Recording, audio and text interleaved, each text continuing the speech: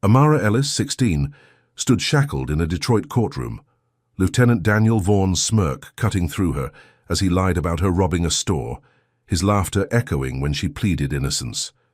The judge, unmoved, denied bail, whispers of guilt swirling. Everyone saw a troubled teen, but Amara, a Harvard law prodigy, hid her brilliance. As guards dragged her away, Vaughan's taunt, "You're done, kid," fueled her fire. In her cell, a lock clicked, a note slid under, "Stop digging, or your brother dies." A conspiracy loomed, threatening her future. What would Amara risk to fight back? Before diving into this story, let everyone know where you're watching from. If you stand for justice, hit like and subscribe, because tomorrow's episode is a game changer you won't want to miss. Amara Ellis sat on the cold concrete floor of her juvenile detention cell, the note's threat, "Stop digging, or your brother dies," burning in her mind. At 16, she was no ordinary detainee. Her Harvard law studies had sharpened her mind to a razor's edge. The fluorescent lights buzzed overhead, casting harsh shadows on the chipped walls, but Amara's focus was unbreakable. She replayed Lieutenant Daniel Vaughan's courtroom lies, his smug laughter as he painted her as a thief. Her wrists still ached from the shackles, a reminder of the system stacked against her, a black girl in Detroit's unforgiving streets. She had to fight back, not just for herself but for her family, for justice. The detention center's air was thick with mildew, and distant shouts echoed through the halls, but Amara tuned it out. She'd memorized Vaughan's police report, smuggled to her by a sympathetic janitor who'd slipped it through the food slot before dawn. Her fingers traced invisible lines on the floor as she dissected the document in her head. Timestamps didn't align, witness statements conflicted, and the store's camera footage was conveniently missing.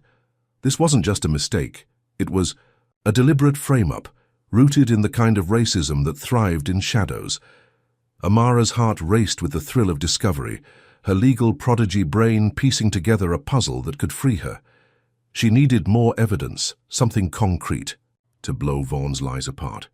Her first move was to contact her Harvard mentor, Professor Lena Carter, a civil rights legend who'd seen Amara's potential when she was just 12.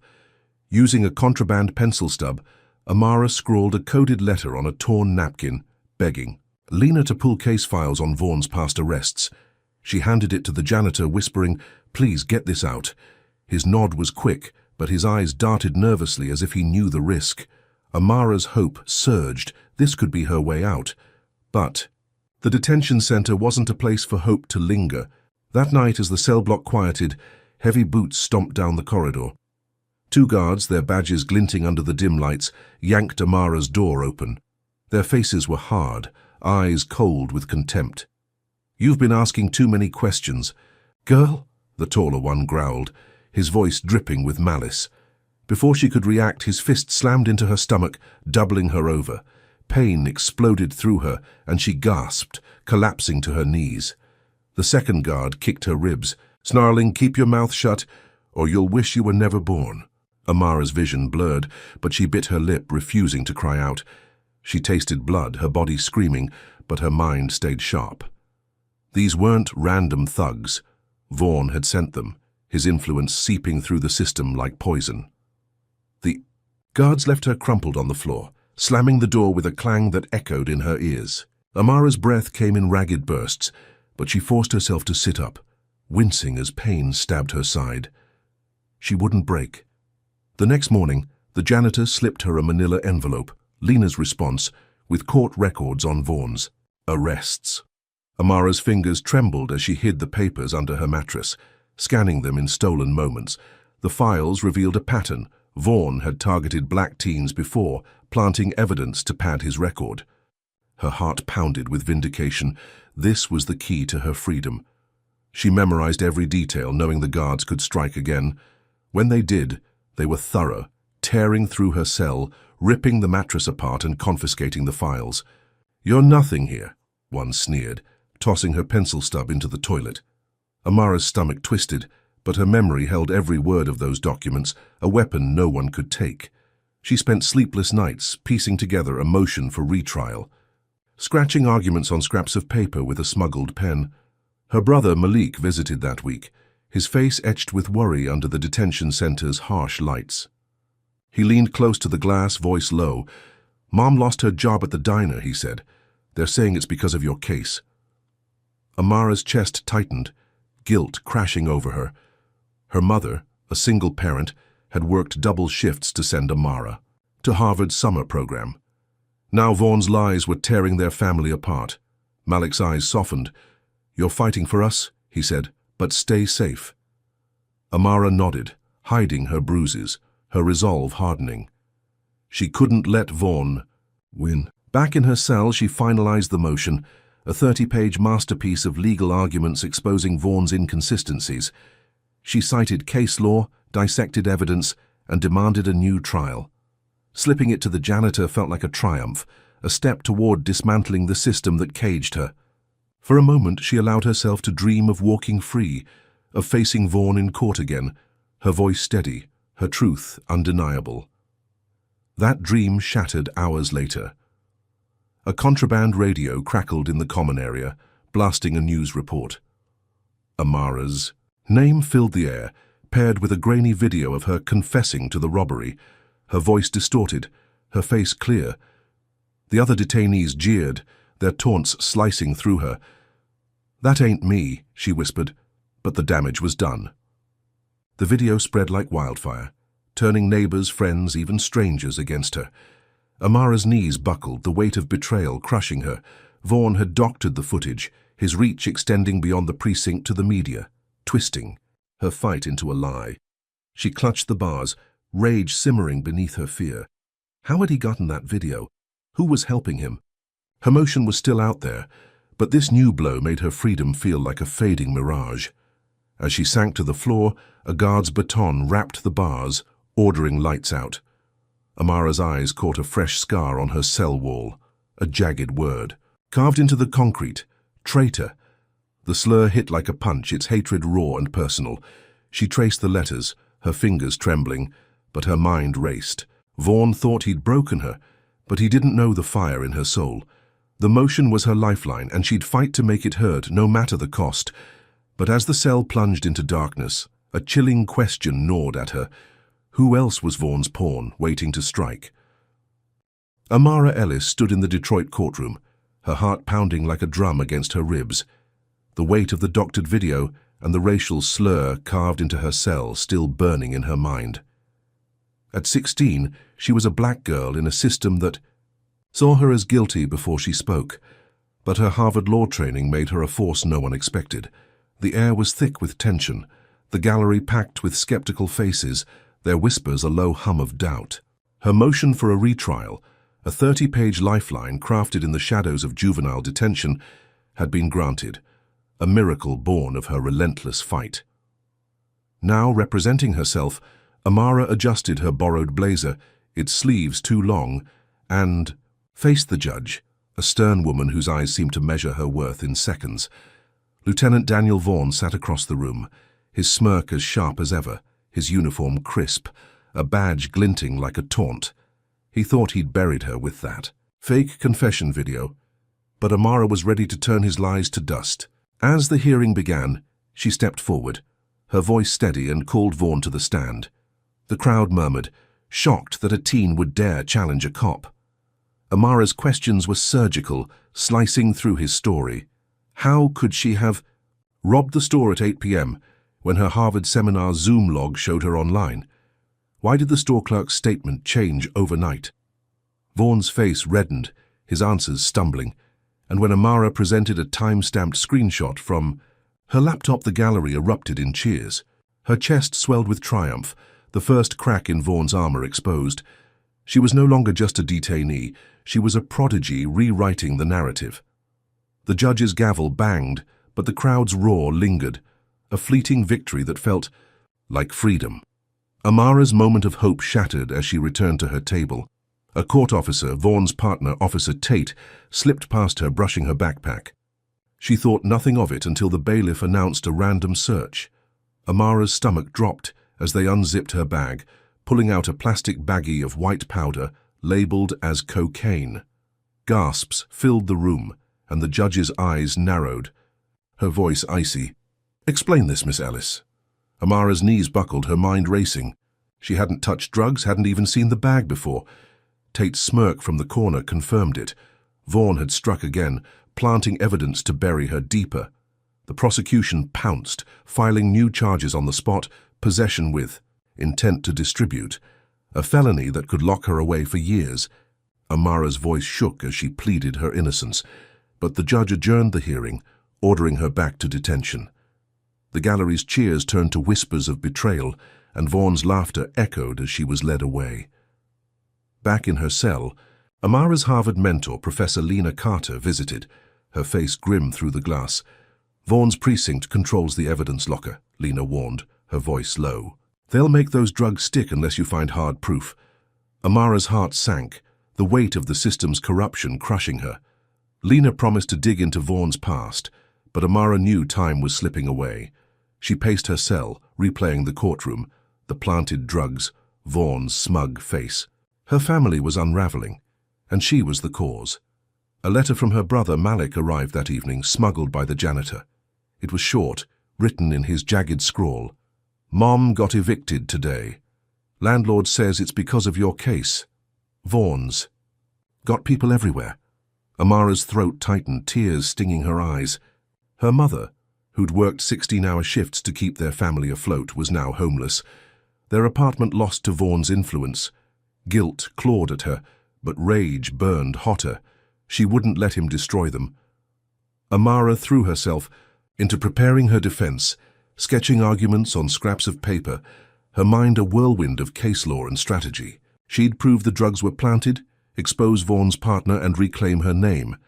But the world outside was turning against her. One night, the detention center's TV blared a news segment, and Amara's name flashed across the screen. A juror from her case, a middle-aged man with a slick smile, had taken to social media, posting lies. Amara was a gang member, a liar, a danger to society. His tweets, laced with racial venom, went viral, sparking a hate campaign that flooded the internet with slurs and threats. Amara's hands shook as she watched, the other detainees jeering, their voices a chorus of hate. How had the juror known those lies? Who was feeding him? Vaughan's reach was a spiderweb, and she was caught in its strands. The final blow came. At midnight. A crash shattered the silence, and Amara bolted upright, her cell lit by moonlight. Outside, the detention center's fence rattled, and a brick sailed through her barred window, landing with a thud on her floor.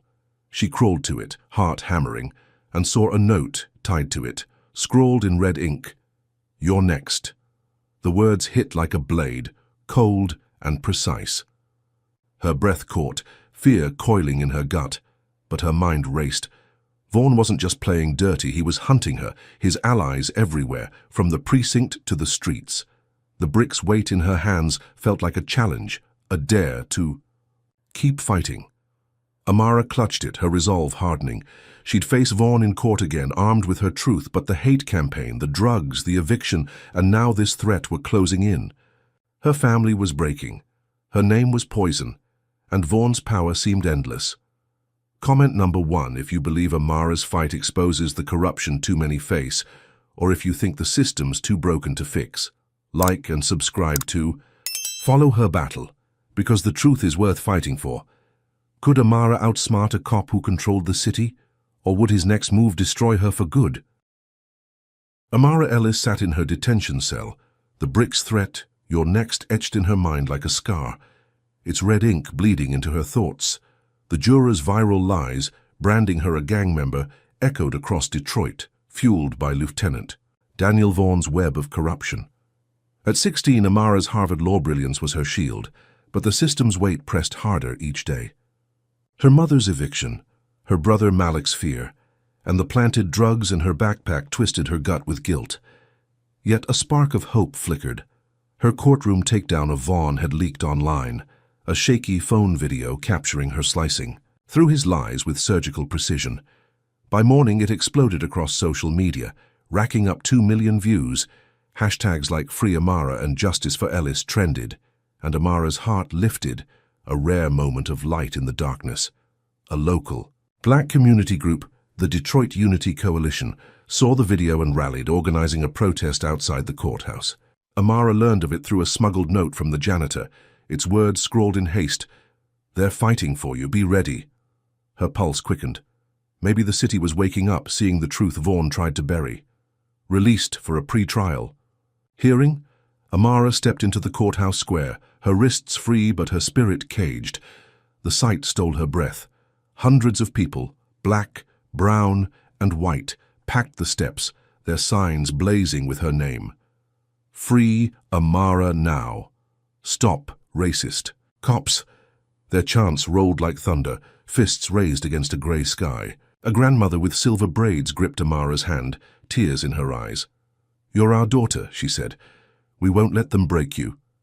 Amara's throat tightened, the crowd's energy wrapping her like a shield. For the first time, she felt unbreakable, a prodigy backed by a community that saw her truth. The protests swelled, spilling into the streets, blocking traffic for 3 miles. News vans circled, cameras flashing, and Amara's hope soared. This was her moment, a tide turning against Vaughn's lies. But hope was a fragile thing in Detroit. As the crowd marched, a sudden roar erupted. Masked agitators, faces hidden under hoods, surged from an alley, hurling bottles and bricks. Sirens screamed and riot police stormed in, their shields glinting under streetlights. Tear gas clouded the air, stinging Amara's eyes as screams replaced chants. She froze, heart hammering, as a news chopper buzzed overhead, broadcasting the chaos. The agitators weren't protesters. Their moves were too coordinated, their timing too perfect. Vaughn's smirk flashed in her mind. He'd orchestrated this, turning her rally into a riot to discredit her. The police, his allies, swung batons targeting black protesters with brutal precision. Amara ducked behind a parked car, coughing through the gas as a reporter's voice blared. "Amara Ellis's supporters incite violence." Her stomach churned. Vaughn had flipped the script, painting her as the villain. The protest dissolved into arrests, and Amara was hustled back to detention, her moment of triumph ashes in her mouth. That night, her cell's radio crackled with news. Amara Ellis blamed for riot. The words cut deep, her name poisoned again. Worse came at dawn. Police raided her family's temporary shelter, a cramped motel room paid for by church donations. Malik's voice trembled through a smuggled call. "They trashed everything, Amara. Took my phone, Mom's papers, your legal notes. Said I resisted. So they locked me up." Amara's knees buckled, rage and despair colliding. Vaughn's influence had reached her family again, his corruption a hydra with endless heads. Her brother, only 14, was now in a cell because of her fight. She clutched. The motel's address, scrawled on a scrap vowing to free him. Amara turned to her next move. The store clerk, Jamal, who'd seen the robbery Vaughn pinned on her. She'd tracked him through court records, his initial statement clean before Vaughn's pressure changed it. Using a contraband phone, Amara called Jamal, her voice low. "Tell the truth," she urged. "You know I wasn't there." Jamal's breath hitched, fear in his tone. "They'll ruin me," he said. "Vaughn's got eyes everywhere." Hours later, he texted, "I'm out. Can't talk." Amara's heart sank. Vaughn had gotten to him, silencing her key witness with threats.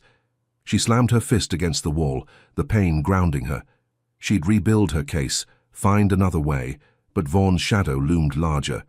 The next blow was digital. Amara's contraband phone buzzed with alerts.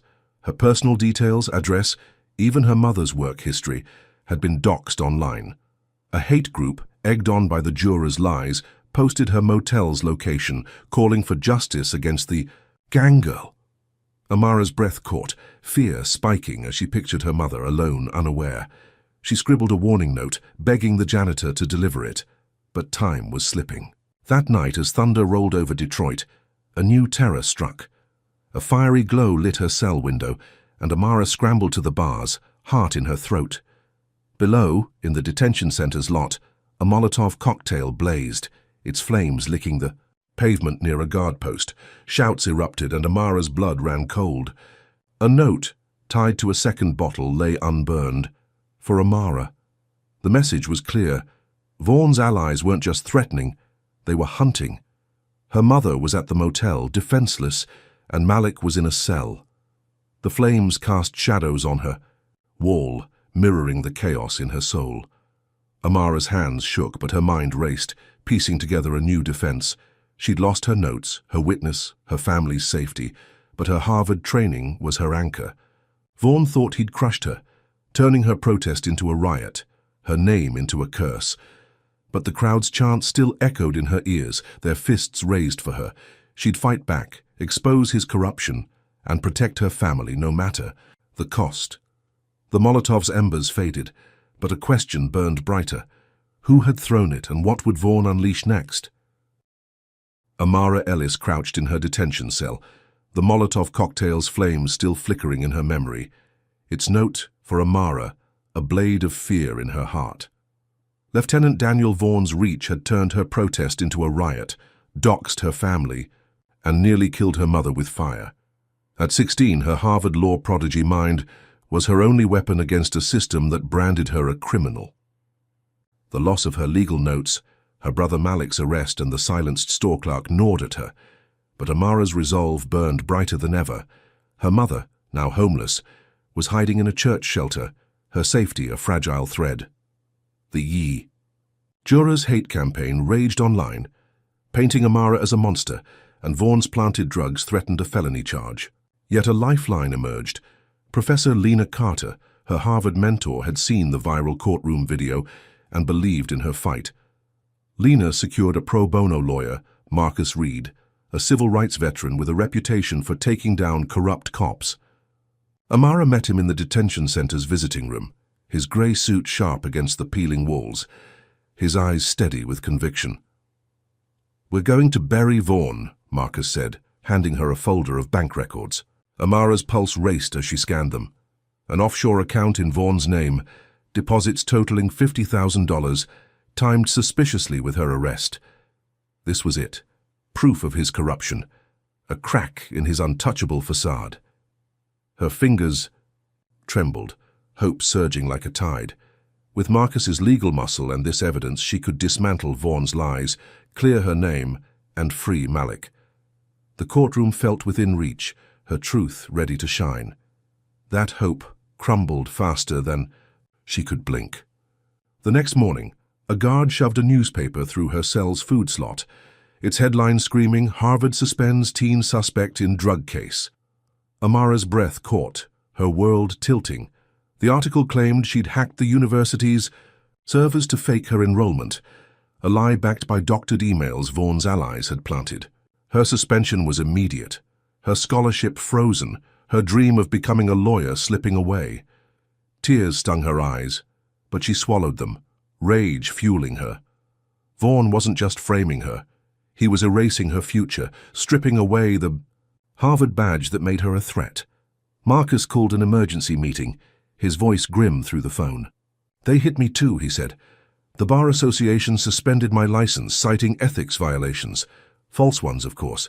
Vaughn's got a judge in his pocket."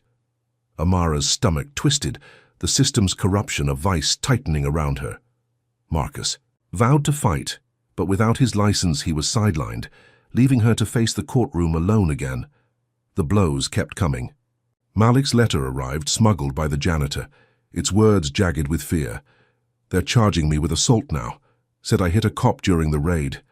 "I didn't, Amara." Her brother, barely 14, was drowning in Vaughn's lies, his future caged because of her fight. Guilt crashed over her, but Amara channeled it into action. She needed evidence to save them both, something Vaughn couldn't bury. Late that night, she hatched a plan. The precinct's evidence locker held the planted drugs, and its logs could prove tampering. Using a contraband phone, Amara contacted a detainee's cousin, a janitor at the precinct, begging for access. He agreed, slipping her a keycard during a staged delivery. At midnight, Amara bribed a guard with her last $10 to let her slip out during a shift change. Her heart pounded as she crept through Detroit's shadows, the city's neon lights casting eerie glows on boarded-up stores.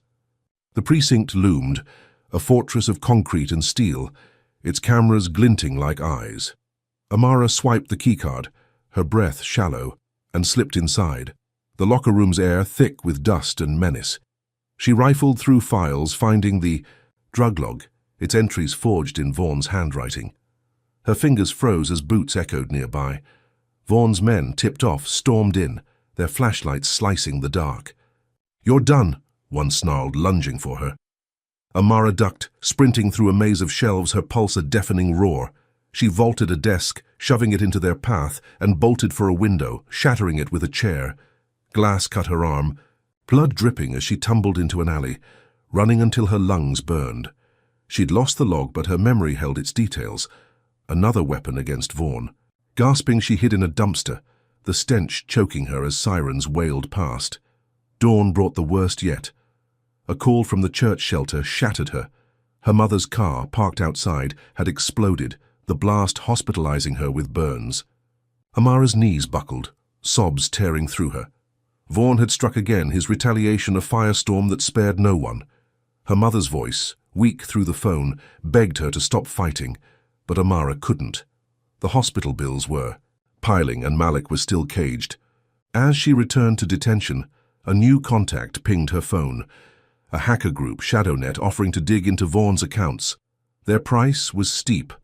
Amara had to go public, exposing herself to Vaughan's wrath.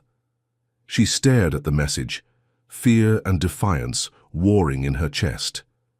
The evidence locker, the offshore account, her family's pain, all pointed to a conspiracy deeper than one cop. Comment number 1 if you think Amara's courage can topple a system this corrupt, or if you've ever faced a lie that felt impossible. To fight. Like and subscribe to see her next move, because justice hangs by a thread. Would Amara risk everything to join the hackers, or was Vaughan's next trap already closing in?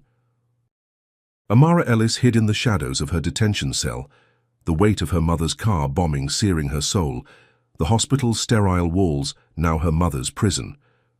Lieutenant Daniel Vaughan's corruption had stripped Amara of her Harvard scholarship, caged her brother Malik, and turned Detroit against her with lies. At 16, her legal prodigy mind was a beacon, but the hacker group ShadowNet's offer, go public or stay silent, dangled like a double-edged sword. The precinct break-in had cost her blood, the evidence log lost, but its details burned in her memory, a weapon against Vaughan's offshore account. Her mother's weak voice, pleading for her to stop, echoed, but Amara's fire wouldn't dim. ShadowNet's message glowed on her contraband phone, their promise of dirt on Vaughan tempting her. She typed a reply, "I'm in," her heart pounding as she committed to their plan. The hackers demanded she broadcast live, exposing Vaughan's account to the world, a move that would paint a target on her back. Amara's fingers trembled, but her resolve hardened. She'd lost too much, her family's safety, her future, her name. This was her chance to strike back, to rally the city that had turned on her. ShadowNet sent a burner phone, smuggled through the janitor, its camera ready for her truth. At midnight, Amara bribed a guard with stolen commissary cash, slipping into the detention center's laundry room, its air heavy with bleach. She set up the phone, her face lit by its glow, and hit record. "My name is Amara Ellis," she began, voice steady. "Lieutenant Daniel Vaughan framed me, a 16-year-old black girl, for robbery and drugs. He's got $50,000 in an offshore account, blood money for ruining lives." She listed the account numbers, her voice rising, detailing his planted evidence, the riot, the bombing. The live stream exploded, racking up 1 million views in hours, comments flooding with outrage. Free Amara trended again, and Amara's chest swelled, a fleeting taste of victory. The broadcast felt like a sledgehammer, cracking Vaughan's empire. Detroit streets buzzed, protesters returning, their chants echoing her name. She'd done it, turned the tide, exposed the truth. That triumph vanished in a heartbeat. Dawn brought chaos. Sirens wailed outside, and guards stormed her cell, shackling her wrists.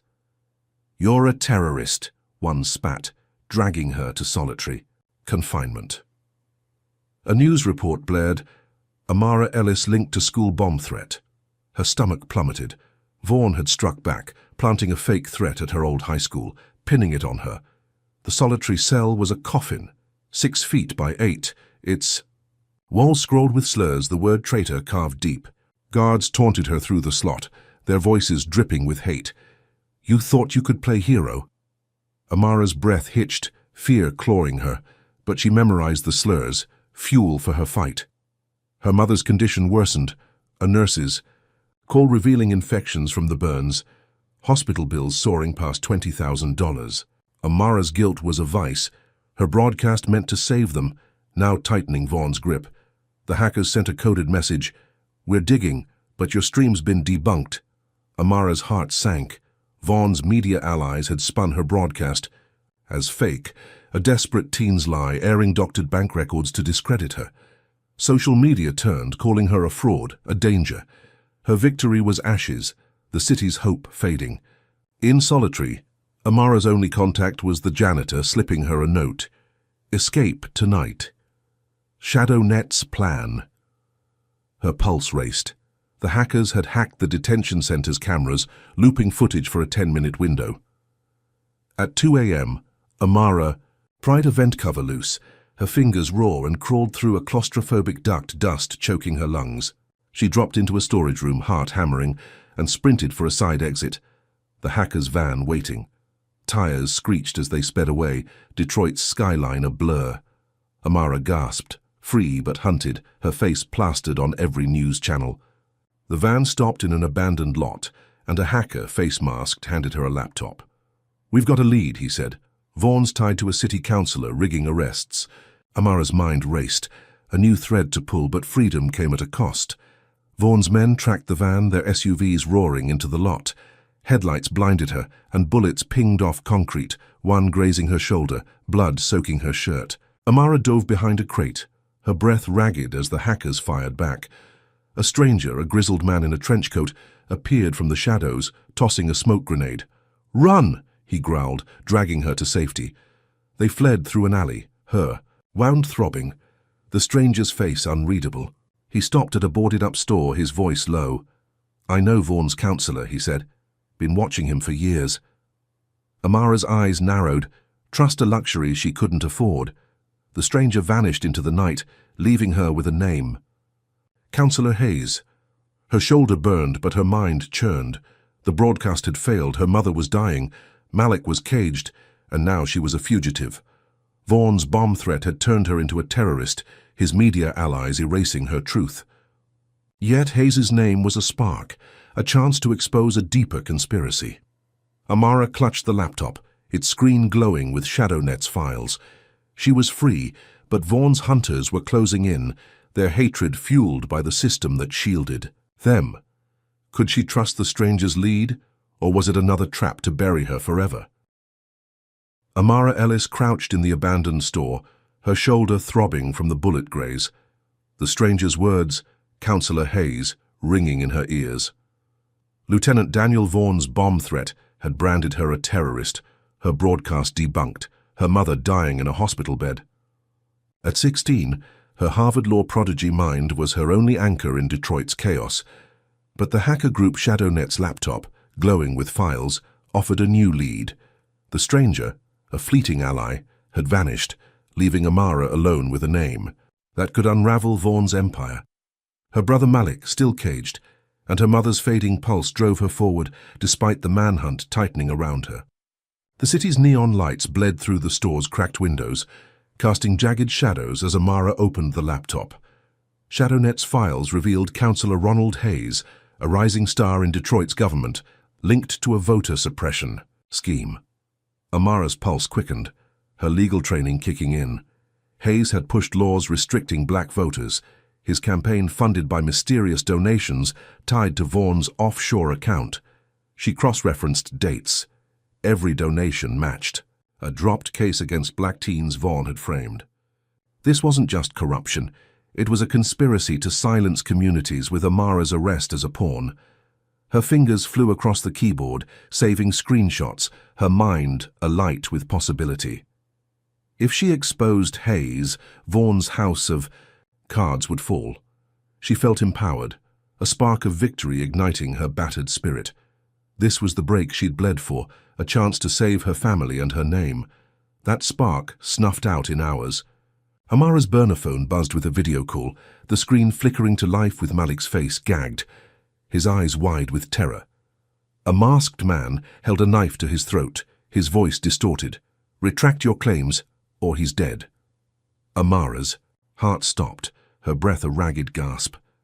The call cut off, leaving a text. "Warehouse on 5th midnight. Come alone." Her knees buckled, the laptop slipping from her hands. Vaughn had kidnapped Malik, his retaliation a blade aimed at her soul. She clutched the phone, tears burning, but her mind raced. She couldn't retract. It would bury her truth, but saving Malik was everything. Amara steeled herself, mapping the warehouse in her head, a derelict maze 3 miles away. She slipped into the night, her wound aching, the city's humid air heavy with dread. The warehouse loomed, its rusted doors creaking as she crept inside, the air thick with oil and decay. Shadows moved, and Amara froze, spotting Malik tied to a chair, his face bruised. 4 of Vaughn's men circled, their guns glinting. "You're late," one snarled, raising his weapon. Amara's heart pounded, but her Harvard training took over. She'd memorized the warehouse's layout from old city plans, spotting a fire exit 20 feet away. Feigning surrender, she raised her hands, then bolted, grabbing a metal pipe and swinging it at a thug's knees. He crumpled, and she sprinted, dragging Malik through the exit as bullets ricocheted. They tumbled into an alley, gasping, Malik's sobs breaking her heart.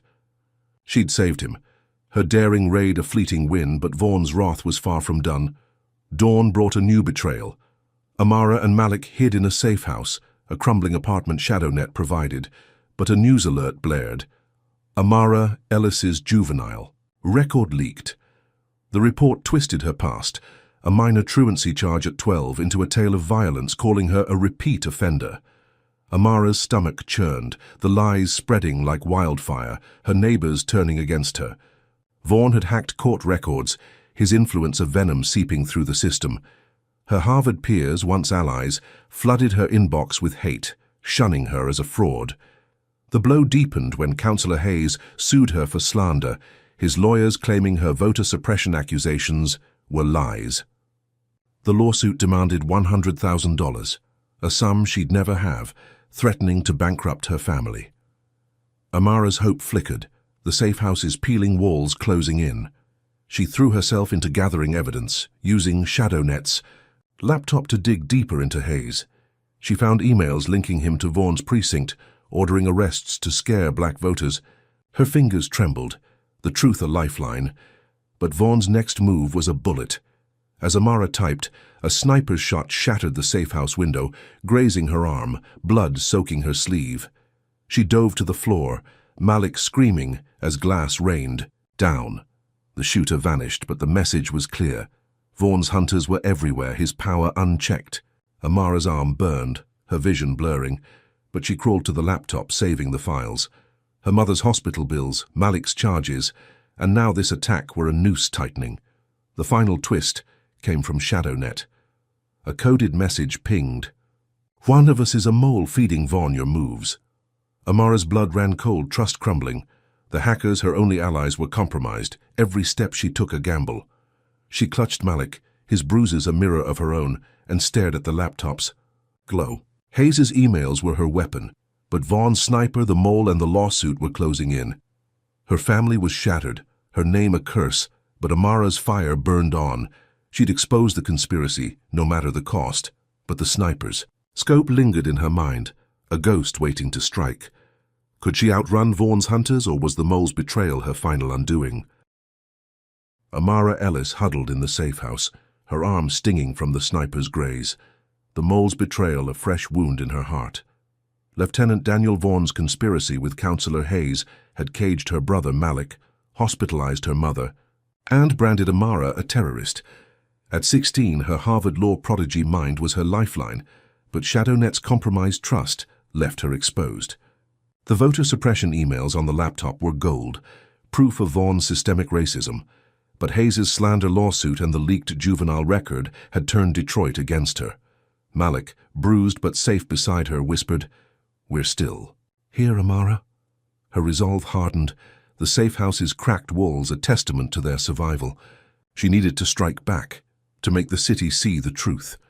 Using ShadowNet's encrypted network, Amara crafted a video, her voice steady as she detailed Hayes's scheme, linking his voter laws to Vaughan's arrests. She uploaded it from a burner phone, the file racing across the internet. By dawn, the video went viral, racking up 3 million views, comments flooding with support. Free Amara trended again, and protests erupted outside City Hall, their chants a roar against corruption. Amara's chest swelled, a rare moment of triumph. The city was listening, her truth breaking through Vaughan's lies. She felt unstoppable, a prodigy reclaiming her name, the lawsuit's shadow fading. That victory shattered like glass. Hours later, a fire alarm screamed and smoke poured into the safe house. Amara grabbed Malik, coughing as flames licked the walls, the stench of gasoline choking them. They stumbled outside, the apartment engulfed, their few belongings ash. Firefighters arrived, but their eyes were cold, one muttering, "This her." The pool, news blared. Amara Ellis's hideout burned in arson. Vaughan's men had struck, torching their refuge, leaving them homeless. Amara's knees buckled, despair clawing her, the crowd's cheers now a distant echo. The fire wasn't random. It was Vaughan's retaliation, his hatred a blaze that spared no one. Worse followed. A call from her Harvard mentor, Professor Lena Carter, brought crushing news. "I've been arrested, Amara. They're saying I aided a fugitive. You." Lena's voice broke, her civil rights legacy tarnished by false charges Vaughan's judge ally had pushed. Amara's throat tightened, guilt crashing over her. Lena had been her rock, and now she was caged because of Amara's fight. Malik gripped her hand, his bruises stark in the firelight, but Amara felt alone, the system's weight crushing her. She needed evidence to save Lena, Malik, and herself, something Vaughan couldn't burn. The precinct held Vaughan's laptop, a trove of his deals with Hayes. Amara mapped a plan, her legal mind racing. ShadowNet's network was tainted, but she used their last secure channel to contact a rogue contact, a former cop turned whistleblower. He agreed to get her into the precinct, but the risk was deadly. At midnight, Amara and Malik slipped through Detroit's alleys, the city's humid air thick with tension. The precinct loomed, its concrete bulk a fortress of corruption.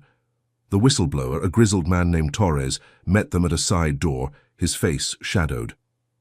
"Move fast," he hissed, handing her a keycard. Amara crept inside, Malik behind her, the laptop room's air heavy with dust. She found the device, its files locked, but her fingers flew, guessing Vaughan's password from his arrest patterns. The screen lit up, emails spilling secrets, Hayes's orders, Vaughan's payoffs, names of framed teens. Her heart raced, a fleeting win in her grasp. Footsteps echoed and Vaughan himself appeared, his eyes glinting with malice. "Thought you'd outsmart me, girl," he snarled, drawing his gun. Amara's breath caught, her body frozen, but Malik shoved a shelf, toppling it onto Vaughan. They bolted, Amara clutching the laptop, but Vaughan's shout rang out, calling his men. A brutal fight erupted, Amara swinging a pipe, Malik kicking a thug's shin.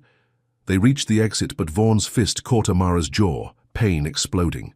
As she stumbled, Malik dragged her through the door and they ran, bullets grazing the walls. Blood trickled from her lip, the laptop heavy in her arms, but they escaped, collapsing in a storm drain, gasping. The victory was short-lived. Morning. News declared Amara a terrorist. The precinct break-in spun as an attack on police. Vaughan's allies issued a citywide manhunt, her face on every screen, a reward of $10,000 for her capture. Amara's stomach churned, the city she'd rallied now hunting her. The final blow landed at dusk. A hospital call confirmed. Malik had been shot during a police raid, his condition critical, a bullet in his chest.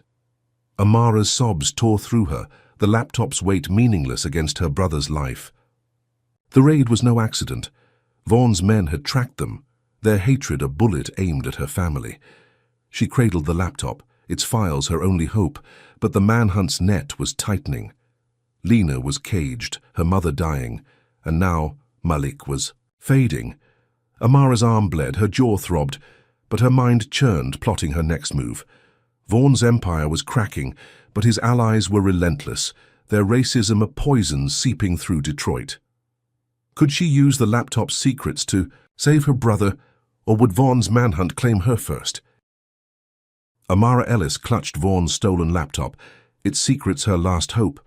As she and Malik hid in a storm drain, the city's manhunt closing in. Lieutenant Daniel Vaughn's arson had left them homeless. His allies had jailed her mentor and... Now Malik, shot in a police raid, lay pale beside her, his breath shallow. At 16, Amara's Harvard Law prodigy mind burned through fear. But the terrorist label and $10,000 bounty made every shadow a threat. Her mother's hospital bed, drowning in bills, and the mole's betrayal in ShadowNet, twisted her gut. The laptop's files detailing Vaughn's police ring framing black teens were a lifeline, but Detroit's streets hunted her like prey. Amara's arm throbbed from the sniper's graze, her jaw bruised from Vaughn's fist, but she powered on the laptop, its glow harsh in the drain's damp gloom. Using ShadowNet's cracked encryption, she decrypted the files, her fingers trembling as emails spilled out. Vaughn's orders to plant evidence, names of 20 black teens, arrest quotas tied to Councillor Hayes's voter suppression. Her heart raced, the truth a weapon sharper than any gun. This was it, proof of a systemic conspiracy, a ring that thrived on racism, with Amara as its latest victim. She saved the files, her mind spinning with legal strategies, envisioning a broadcast to expose the ring and save Malik.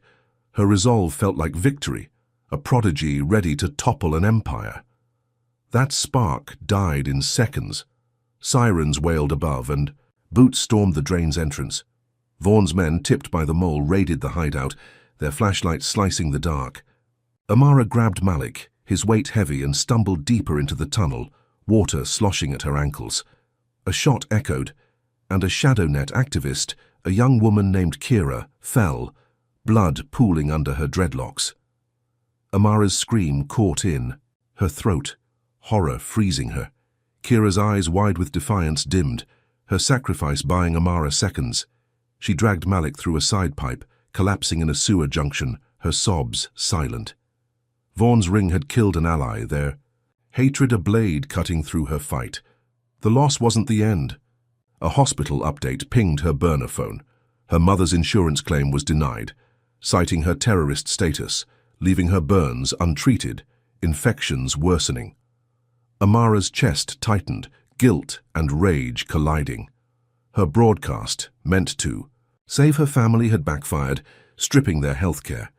Bills now topped $30,000, an impossible debt. She clutched Malik, his fever rising, the bullet wound seeping through his bandage. Amara's mind raced, but Vaughn's next move was a bomb. News alerts flashed. Amara Ellis, linked to explosives plot. The ring had planted bombs in her name, framing her for terrorism across Detroit, escalating the manhunt to a national level. Her face was everywhere. Billboards, TV screens, a reward now $20,000. Amara's breath hitched, the city she'd fought for now a cage. She had to act, to clear her name before the bombs detonated. Using the laptop, Amara drafted a new broadcast, detailing the ring's emails, naming Vaughn and Hayes, listing the framed teens. ShadowNet's remaining members, risking their lives, set up a secure stream from an abandoned factory. Amara stood, under flickering lights, her voice raw but steady, the laptop's files projected behind her. "This is the truth," she said, tears in her eyes. "They're framing us, killing us to keep power." The stream hit 5 million views, protests flaring nationwide, chants of justice for Amara echoing. For a moment, she felt unstoppable, the world hearing her cry. Vaughn's allies crushed that hope. Within hours, his media cronies aired a counterstream calling her files a hoax, doctored by a desperate fugitive. Experts bribed by Hayes analyzed the emails, declaring them fake. Social media flipped, branding Amara a liar, her supporters dwindling. The protests faltered, and Amara's heart sank, the factory's walls closing in. She'd bared her soul, and Vaughan had twisted it into another lie. The manhunt intensified, a bounty hunter's tip leading vigilantes to the factory. Amara and Malik fled, the laptop heavy in her bag, as boots thundered behind.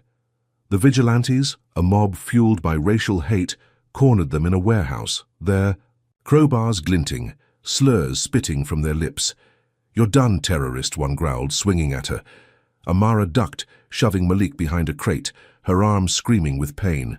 She fought back, kicking a man's shin, but they were too many, their blows landing hard. Her vision blurred, blood dripping from a cut above her eye, when a shadow net hacker, masked and armed, fired a warning shot, scattering the mob. Amara stumbled out, Malik leaning on her, the warehouse's shadows swallowing their escape. They collapsed in an alley, her wounds throbbing, Malik's fever spiking. The laptop's files were intact, but Kira's death, her mother's denial, and the bomb plot weighed like anchors. Vaughn's ring was a hydra, each blow spawning worse retaliation. Amara's broadcast had failed, the vigilantes' slurs echoing, the city's betrayal. Yet the files burned in her mind, a map to justice if she could survive. Malik's weak hand gripped hers, his voice a whisper. "Keep going, Amara." She nodded, tears falling, her prodigy soul unbowed. The manhunt's net was tightening, the bombs ticking somewhere in Detroit. Could Amara turn the files into salvation, or would Vaughn's vigilantes bury her first? Comment number 1. If you believe Amara's truth can break a system built on lies, or if you think one girl's fight is too small against such hate, like and subscribe to follow her stand, because justice demands a voice. Would Amara's next move spark a revolution, or lead her straight into Vaughn's deadliest trap? Amara Ellis crouched in a Detroit alley, the laptop's weight a lifeline. Her brother Malik's feverish body pressed against her. Lieutenant Daniel Vaughn's police ring had killed her ally Kira, framed Amara for bombs, and turned her broadcast into a hoax. At 16, her Harvard law prodigy mind battled despair, the vigilante attacks bruises throbbing, her mother's hospital bills crushing hope. The $20,000 bounty made every corner a trap, but the laptop's files, proof of Vaughn's framing of black teens, burned in her memory. Malik's shallow breaths, his bullet wounds seeping, urged her on despite the city's hatred. ShadowNet's remaining hackers, now scattered, sent a coded message. "Your stream hit national news. Senator Claire Ramsey's watching." Amara's heart skipped, a flicker of light in the darkness. Ramsey, a civil rights champion, tweeted support, vowing to investigate Vaughn's ring. News outlets picked it up, clips of Amara's broadcast airing coast to coast, her voice echoing in millions of homes. Protests flared in Chicago, Atlanta, Harlem, signs reading "Justice for Amara" waving under neon skies. Amara's chest swelled, hope surging like a tide. The nation was listening, Ramsey's promise a shield against Vaughn's lies. She felt a spark of victory, a prodigy's truth breaking through the system's walls. That spark died in hours. Vaughn's ring hacked her broadcast, splicing it with footage of her precinct break-in, twisted to show her planting bombs. The stream went viral, titled "Amara Ellis Incites Violence," racking up 10 million views. Social media erupted, calling her a cop-hating terrorist, her supporters dwindling. Amara's stomach churned, the alley's damp air choking her. Vaughn had turned her cry for justice into a weapon, his media allies a machine of lies. Then came the worst blow. A hospital call pierced the night. Her mother had died, her burns untreated, the insurance denial sealing her fate. Amara's knees buckled, sobs tearing through her, Malik's weak hand gripping hers. Her mother, who'd worked 16-hour shifts for Amara's Harvard dream, was gone, a victim of Vaughn's systemic racism. The hospital bill, $40,000, loomed like a curse, her family shattered. Amara's grief was a storm, but her prodigy mind churned, vowing to fight for Malik, for her mother's memory. Senator Ramsey's investigation offered hope, but Vaughn's allies struck again. A news alert revealed Ramsey had dropped the case, her office citing insufficient evidence. Amara's heart sank. A leaked email showing Hayes's campaign had bribed Ramsey with $200,000.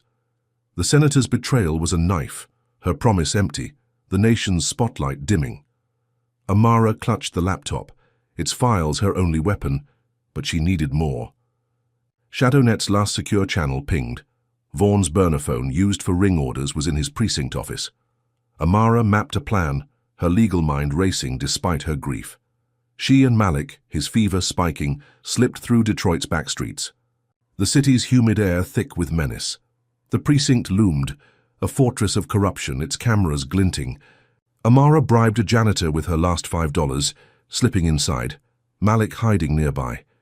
The office was a maze of files, the phone buried in a locked drawer.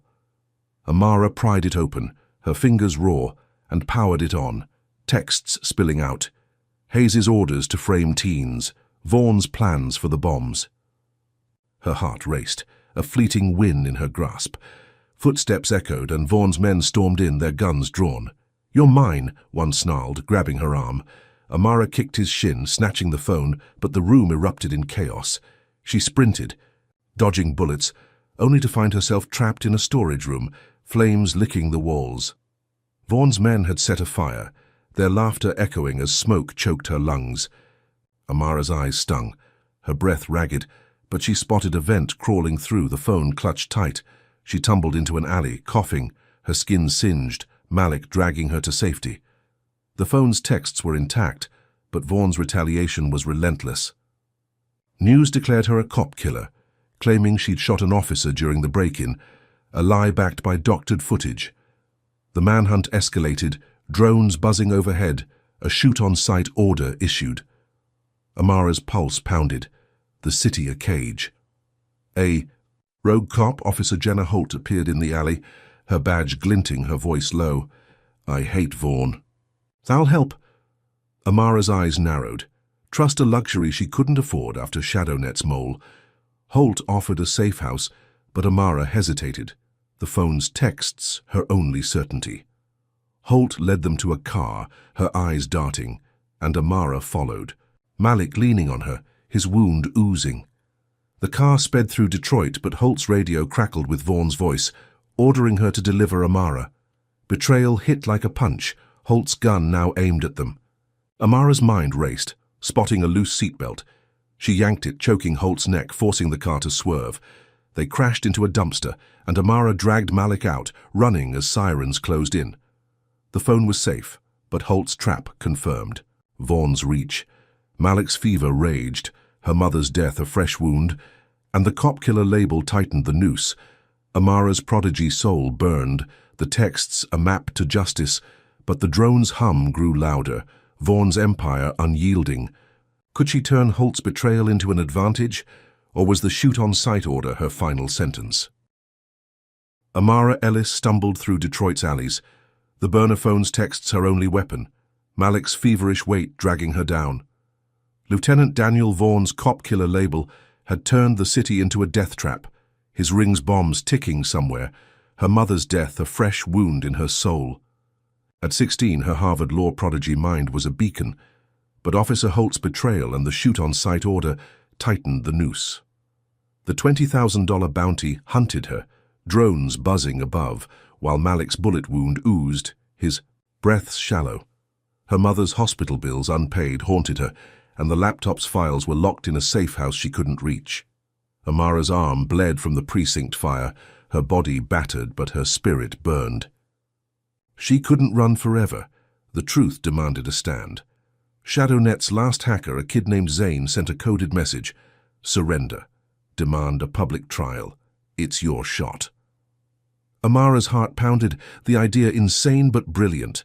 A trial would force Vaughan's ring into the open, her legal skills a blade to cut their lies. She kissed Malik's forehead, whispering, "Hold on," and left him with Zane in a hidden basement, a medic tending his wound. Amara walked into a precinct at dawn, hands raised, the phone hidden in her sleeve. "I want a trial," she said, voice steady, cameras flashing as cops shackled her.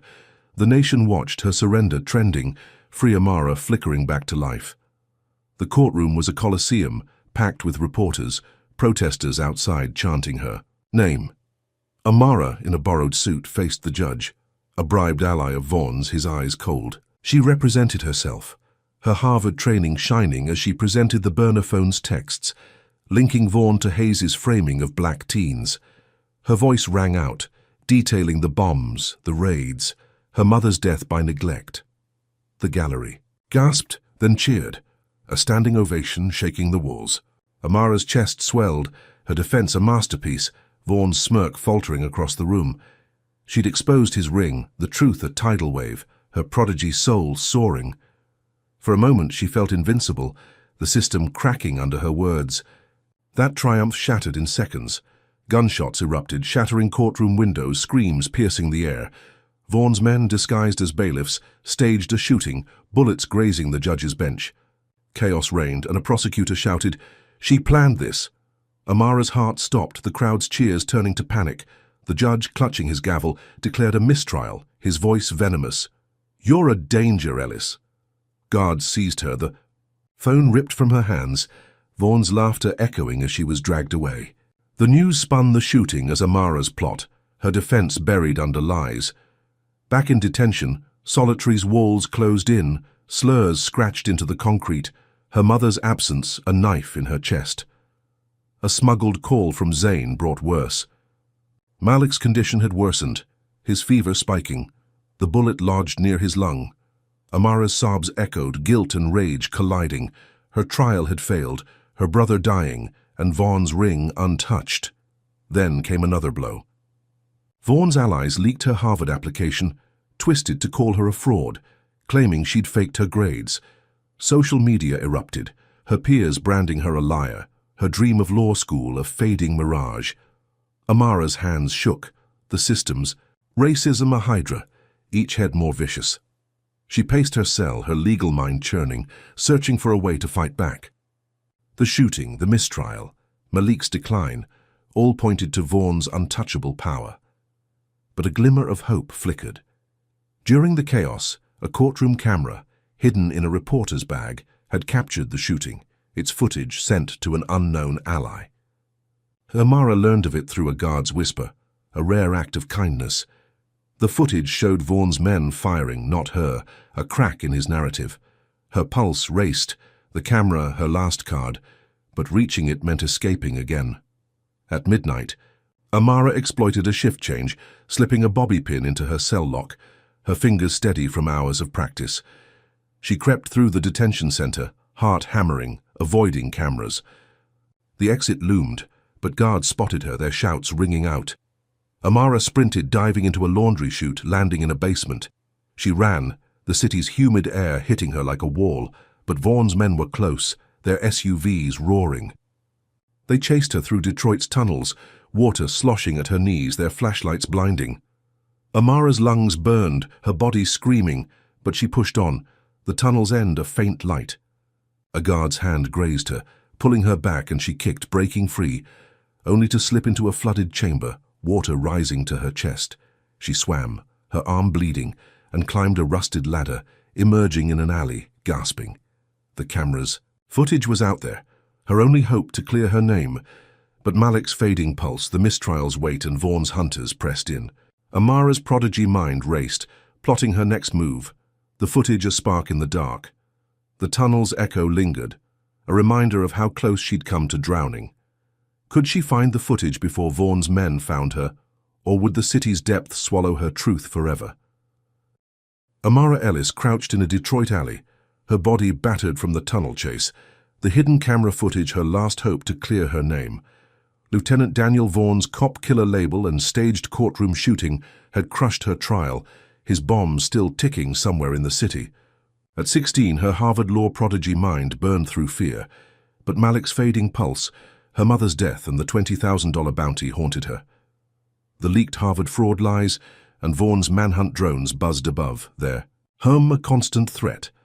ShadowNet's scattered remnants urged her to find the footage, but every step risked her life. Amara's arm bled, her lungs raw from the tunnel's water, but her resolve was iron.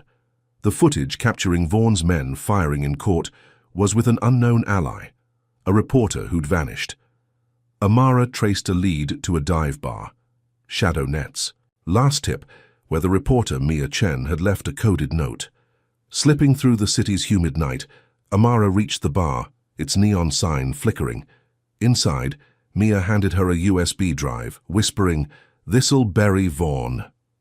Amara's heart raced, plugging it into a burner laptop. The footage was clear. Vaughan's bailiffs shooting, not her. She used ShadowNet's network to leak it to a national outlet, the Truth Beacon. her fingers trembling as the file uploaded. By dawn, the video exploded, hitting 15 million views. Protests flaring across Detroit, New York, Los Angeles. Vaughn's ring fractured, his allies scrambling, and he was suspended, his badge stripped pending review. Amara's chest swelled, a prodigy's truth shattering his empire. The nation roared her name, Free Amara trending globally, her victory. A beacon in the dark. That triumph crumbled in hours. Vaughn, enraged, triggered a citywide riot, his men posing as protesters, torching black neighborhoods. News blamed Amara, claiming her footage incited violence. Her stomach churned, the alley's shadows closing in, sirens wailed, and a news alert flashed. Bomb detonated in Amara's old neighborhood. The blast killed 30, homes reduced to rubble, the explosion pinned on her. Amara's knees buckled, sobs tearing through her, the death toll a weight she couldn't bear. Vaughn's retaliation was a massacre, his racism a fire consuming her community. She clutched the laptop, its glow dim, Malik's feverish hand in hers, his bullet wound seeping. The footage had won her allies, but Vaughn's bombs had stolen lives, twisting her fight into destruction.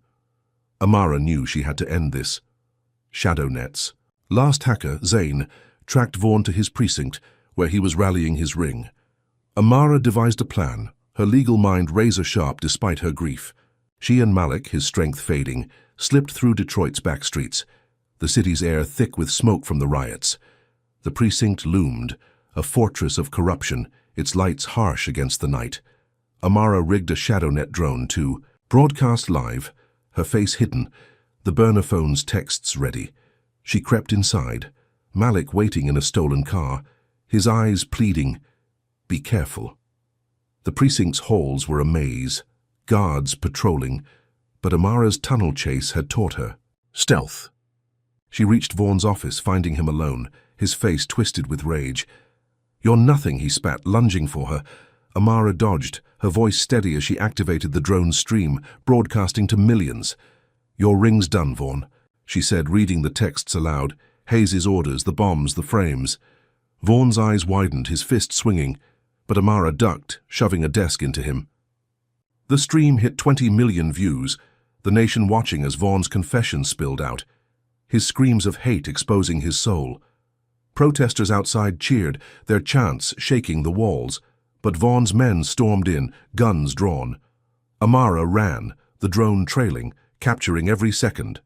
She sprinted to the roof, Vaughn's men close, their bullets grazing her leg, blood soaking her jeans. Malik's car screeched below and Amara leaped, landing hard, the drone crashing. They sped away, the stream cutting off, but the damage was done. Vaughn's ring was exposed, his allies turning on him, Hayes' name trending with Free Amara. Amara's heart pounded, a fleeting win, but Vaughn's final trap struck. A news alert blared, "Amara Ellis bombed neighborhood." His allies framed her for the blast. A shoot-on-sight order reissued, drones locking onto their car. Amara's breath caught, the city a death trap again.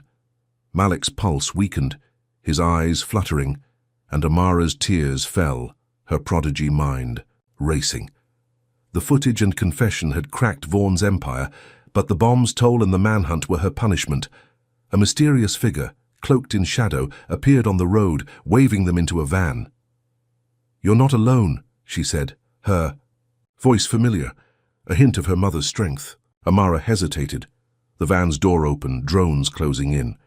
The figure's eyes held secrets, a deeper conspiracy unfolding. Malik's hand slipped in hers, his life fading, and Amara climbed in, the van speeding into the night, the city's flames behind her. The confession was out, but Vaughn's bombs had killed, his allies relentless. Could Amara trust this stranger to save Malik? Or was the conspiracy's next layer her final downfall? Amara Ellis clung to Malik in the stranger's van, its engine roaring through Detroit's smoke-choked streets, Vaughn's bomb shattering her old neighborhood, 30 lives lost. Lieutenant Daniel Vaughn's confession, broadcast live, had fractured his ring, but the shoot-on-sight order and $20,000 bounty hunted her. At 16, her Harvard law prodigy mind was aflame in the dark, but Malik's bullet wound oozed, his pulse fading, her mother's death a scar on her soul. The mysterious figure, a woman with eyes like her mother's, drove in silence, her words, "You're not alone," echoing with hidden weight. Amara gripped the burner phone, its texts tying Vaughn to Councillor Hayes, but the bomb's fallout and a deeper conspiracy loomed. Her arm bled, her body battered from the precinct chase, but her resolve burned. The van stopped at a derelict church, its stained glass cracked. A safe house shadow net had secured. The woman, introducing herself as Nia, led them inside, her voice low. "I worked with your mother. She fought this fight too." Amara's breath caught, Nia's revelation a spark. Nia handed her a laptop, ShadowNet's final gift, loaded with files on Mayor Carla Thornton, Detroit's untouchable leader. Amara's fingers trembled, opening the files, her legal mind racing. Emails linked Thornton to Hayes, approving Vaughn's ring to frame black teens, ensuring her re-election by silencing voters. The conspiracy wasn't just local, it was a machine rooted in racism, with Amara as its latest target. Her heart pounded, a new battle dawning, but Malik's weak cough pulled her back. Nia's medic stitched his wound, but his fever raged, the bullet too deep. Amara's tears fell, her brother's life her anchor. She had to act to end this for him. Using the laptop, Amara drafted a final leak, merging Thornton's emails with Vaughn's texts and the courtroom footage. She hacked a national news feed, the truth beacon, her Prodigy skills bypassing their firewalls. The stream went live, her voice raw. Mayor Thornton runs Vaughn's ring, killing black futures for power. The files flashed undeniable, hitting 25 million views in hours. Protests erupted globally, from London to Lagos, Free Amara a war cry. Thornton resigned that night, her empire crumbling, and Vaughn was convicted, sentenced to life, his ring's allies fleeing. Amara's chest swelled, a Prodigy's truth-toppling giants, her name cleared. Harvard reinstated her, hailing her as a legal star, scholarships flooding in. Malik's fever broke, his smile weak but alive, the medic's skill a miracle.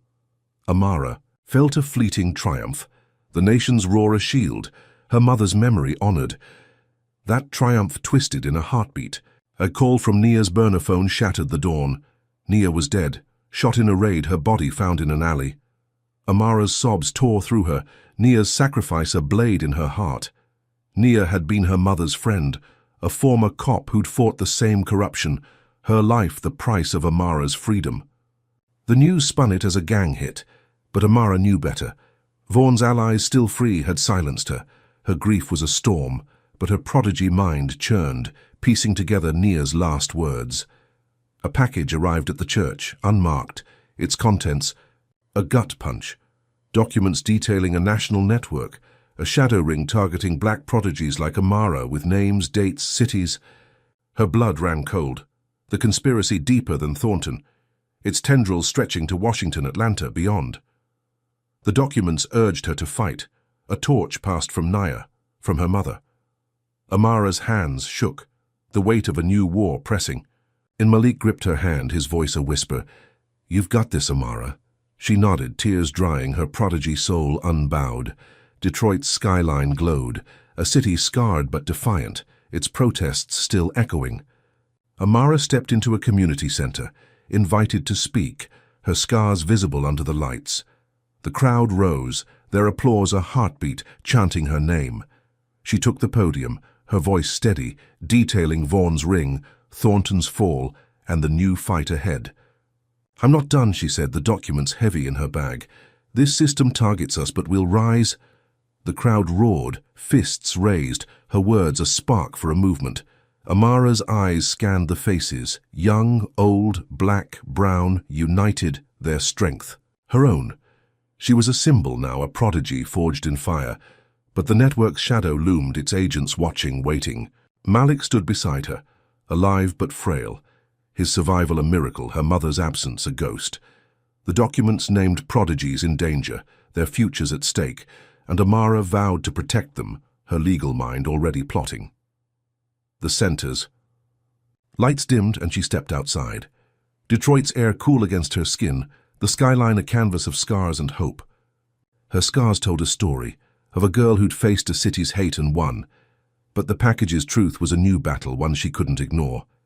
The crowd's chants faded, but their fire burned in her, a promise to keep fighting, no matter the cost. The network was out there, its racism a poison, and Amara's prodigy soul was ready, her mother's legacy her guide. Could she dismantle a national conspiracy, or would its shadows claim her next?